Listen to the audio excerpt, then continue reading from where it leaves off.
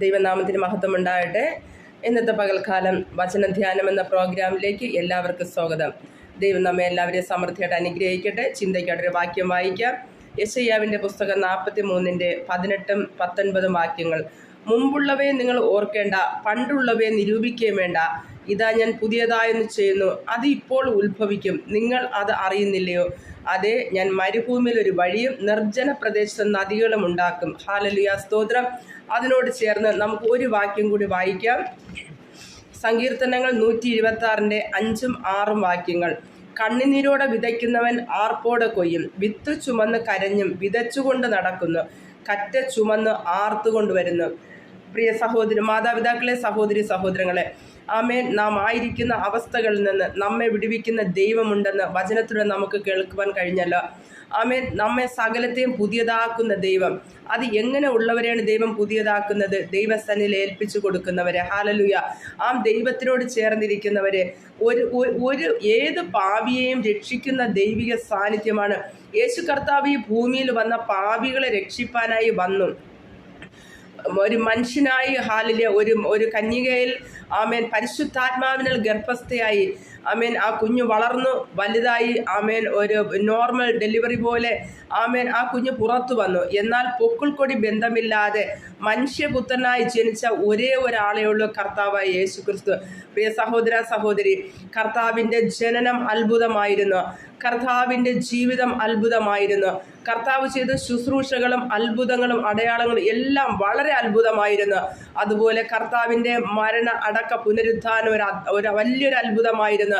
കർത്താവിനെ അടക്കിയ കല്ലറ ഇന്നും തുറന്നു കിടക്കുന്നു. കർത്താവിൻ്റെ ആ അത്ഭുതകരമായ ശുശ്രൂഷകളും ആ മരണ അടക്ക പുനരുത്ഥാനവും. എന്നാൽ ആ ഒരിക്കലായി ആ ദൈവം ഭൂമിയിൽ വന്ന് പാപികളെ രക്ഷിച്ചു. കർത്താവ് പിതാവായ ദൈവത്തിൻ്റെ വലത് ഭാഗത്തിരുന്ന് നമുക്ക് വേണ്ടി ഇന്ന് പക്ഷപാതം ചെയ്യുന്നുണ്ട്. എന്നാൽ ആ കർത്താവ് വീണ്ടും വരും. എന്തിനെന്നറിയാമോ? ആമേൻ, രക്ഷിക്കപ്പെട്ട മക്കളെ ചേർത്തുകൊള്ളാൻ. ഇനി ദൈവം വരുന്ന പാപികളെ രക്ഷിക്കുവാനല്ല, ആമേൻ, പാപികളിൽ നിന്നും രക്ഷ നേടിയ ജനത്തെ നേടുവാൻ തക്കവണ്ണം കർത്താവ് വീണ്ടും മേഘപ്രത്യക്ഷതയിൽ കടന്നു വരും. ആമേൻ, ഹല്ലേലൂയ. കർത്താവ് തൻ ഗംഭീരനാഥോടും പ്രധാന ദൂതന്റെ ശബ്ദത്തോടും ദൈവത്തിന്റെ കാഹളത്തോടും കൂടി ആമേൻ മധ്യാകാശത്തിൽ വരുമ്പോൾ കർത്താവിൽ മരിക്കപ്പെട്ട വൃദ്ധന്മാർ, ഹല്ലേലൂയ, യേശുവിനെ എതിരേൽക്കുവാൻ ആമേൻ എഴുന്നേൽക്കുക. ആമേൻ, അവർ രൂപാന്തരപ്പെടും. ജീവനോടായിരിക്കുന്ന നാം ഓരോരുത്തരും കർത്താവിനെ എതിരേൽക്കുവാൻ പുറപ്പെടും. പ്രിയ സഹോദര സഹോദരി, നിങ്ങളായിരിക്കുന്ന ഏത് അവസ്ഥയായാലും ആമേൻ, മുൻപോട്ട് നീങ്ങുവാൻ പറ്റാത്ത വഴികളിലാണോ നിങ്ങളിപ്പോൾ ആയിരിക്കുന്നത്? ഒന്നുകൊണ്ടും ഭാരപ്പെടേണ്ട. ഒരു നിമിഷം നമ്മൾ ദൈവത്തോട് ചേർന്നിരിക്കുക, പൂർണ്ണ ഹൃദയത്തോട്. കർത്താവ് നമ്മുടെ ഒന്നും ആഗ്രഹിക്കുന്നില്ല, ഓൺലി ദൈവം ആഗ്രഹിക്കുന്ന നമ്മുടെ ഹൃദയമാണ്. ആ വിശുദ്ധമായൊരു ഹൃദയം, നിർമ്മലമായൊരു ഹൃദയം. കർത്താവ് അവരോട് പറഞ്ഞു, ഈ ശിശുക്കളെ എൻ്റെ അടുക്കൽ വിടുവിൻ. ഈ ശിശുക്കളെ പോലെ ആകാത്തവർ സ്വർഗരാജ്യത്തിൽ പ്രവേശിക്കുക അസാധ്യമാണെന്ന്. ആമേൻ, ഹല്ലേലൂയ. ആകയാൽ ഒരു നല്ല വിശുദ്ധ ഹൃദയത്തോടെ നമുക്ക് ദൈവത്തിൽ അടുത്ത് വരുക. അങ്ങനെയുള്ളവർക്കാണ് ദൈവം പറയുന്നത്, ഹല്ലേലൂയ, ഇതാ ഞാൻ പുതിയതായൊന്ന് ചെയ്യുന്നു. ഹല്ലേലൂയ. നിങ്ങളുടെ അവസ്ഥകൾക്ക് ഭേദം വരുത്തുവാൻ, നിങ്ങൾ ഞരങ്ങുന്ന അവസ്ഥ ഏതുമായിക്കൊള്ളട്ടെ, അതിൽ നിന്ന് ഈ പകൽക്കാലം നിങ്ങൾ ദൈവവചനം ഏറ്റെടുക്കുമെങ്കിൽ നിങ്ങളുടെ ജീവിതത്തിൽ ഒരു പുതിയത് സംഭവിക്കുവാൻ പോകുന്നു. ഹല്ലേലൂയ. അതിപ്പോൾ തന്നെ ഉത്ഭവിക്കും. ഹല്ലേലൂയ, സ്തോത്ര. നിങ്ങൾ ഇത്രയും നാൾ കരഞ്ഞതും അധ്വാനിച്ചതും എന്നും വൃഥാവായി പോയിട്ടില്ല. നാം ദൈവത്തിൽ ഏറ്റു പറയുമ്പോൾ ആമേൻ, സങ്കീർത്തനക്കാരൻ പറയുന്നത് പോലെ നിങ്ങൾ കണ്ണുനീരോടെ വിതച്ചെങ്കിലും അത് ആർപ്പോടെ നിങ്ങൾ കൊയ്യും. ഹല്ലേലൂയ.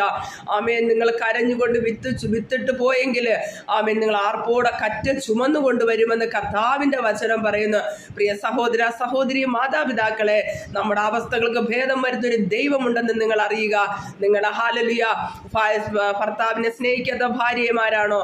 ഭാര്യമാരെ സ്നേഹിക്കുന്ന ഭർത്താവാണോ? മക്കളെ സ്നേഹിക്കാത്ത മാതാപിതാക്കളാണോ? മാതാപിതാക്കളെ അനുസരിക്കാത്ത മക്കളാണോ? ആരായാലും ആമേൻ, ആ യേശുവിൻ്റെ സന്നിധിയിലേക്ക് അടുത്ത് ചെന്ന് ആ മാറോടൊന്ന് ചേർന്നാൽ തീർച്ചയായും ഈ പകൽക്കാലം ദൈവം നിങ്ങളെ അനുഗ്രഹിക്കുവാൻ ശക്തനാണെന്ന് ഞാൻ പൂർണ്ണമായി വചനാടിസ്ഥാനം നിങ്ങളോട് സംസാരിക്കുന്നു.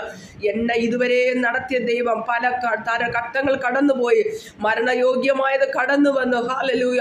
അവിടെ നിന്നെല്ലാം എൻ്റെ കർത്താവിനെ എന്നെ കിടക്ക വിട്ട് എഴുന്നേൽപ്പിച്ചു ദൈവം. ആമേൻ. നിങ്ങൾ ആരെങ്കിലും ആ അവസ്ഥയിൽ കടന്നു നിങ്ങളെ ദൈവം വിടിവിക്കുവാൻ ശക്തനാണ്. ഒരു നിമിഷം കണ്ണുകൾ അടയ്ക്കാൻ പ്രാർത്ഥിക്കാം.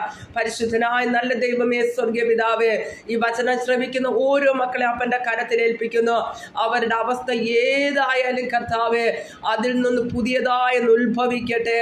ആമേൻ. അവരായിരിക്കുന്ന നെഗറ്റീവുകൾ യേശുവിൻ്റെ നാമത്തിൽ പോസിറ്റീവായി തീരുവാൻ ദൈവത്തോട് പ്രാർത്ഥിക്കുന്നു. രോഗികളായി ഭാരപ്പെടുന്നവരുണ്ടെങ്കിൽ അസ്ഥി സംബന്ധമായ രോഗങ്ങൾ യേശുവിൻ്റെ നാമത്തിൽ സൗഖ്യമാവട്ടെ. ആമേ. ഷുഗർ, ബ്ലഡ് ഷുഗർ, കൊളസ്ട്രോൾ യേശുവിൻ്റെ നാമത്തിൽ നോർമൽ ആവട്ടെ. ലിവർ ഡിസീസുകൾ, കിഡ്നി ഡിസീസുകൾ യേശുവിൻ്റെ രക്തത്താൽ നോർമൽ ആവട്ടെ.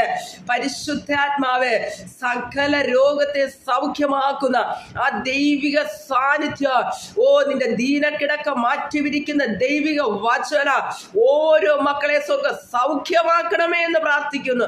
ഈ പകൽക്കാലം ആ ദൈവ സ്നേഹം, ആ ക്രൂശിൽ ചൊരിഞ്ഞ യേശുവിന്റെ രക്തത്താൽ ഓരോ മക്കൾക്കും സൗഖ്യം വ്യാപരിക്കുവാൻ പ്രാർത്ഥിക്കുന്നു. അവർ ഞരങ്ങുന്ന അവസ്ഥകളെ സ്വർഗം പുതിയതാക്കണമേ. സന്തോഷവും സമാധാനവും സമൃദ്ധിയും കുടുംബങ്ങളിലെ തലമുറകൾ കൊടുക്കുമാറാകണമേ എന്ന് പ്രാർത്ഥിക്കുന്നു. മദ്യത്തിനും മയക്കുമരുന്നിനും അടിമയായ കുഞ്ഞുങ്ങളെ മടക്കി വരുത്തണം. തിരുകരങ്ങൾ എല്ലാവരെയും മുറ്റുമായി ഏൽപ്പിക്കുന്നു. അനുഗ്രഹിച്ചു മാനിക്കും യേശുവിൻ നാമത്തിൽ തന്നെ.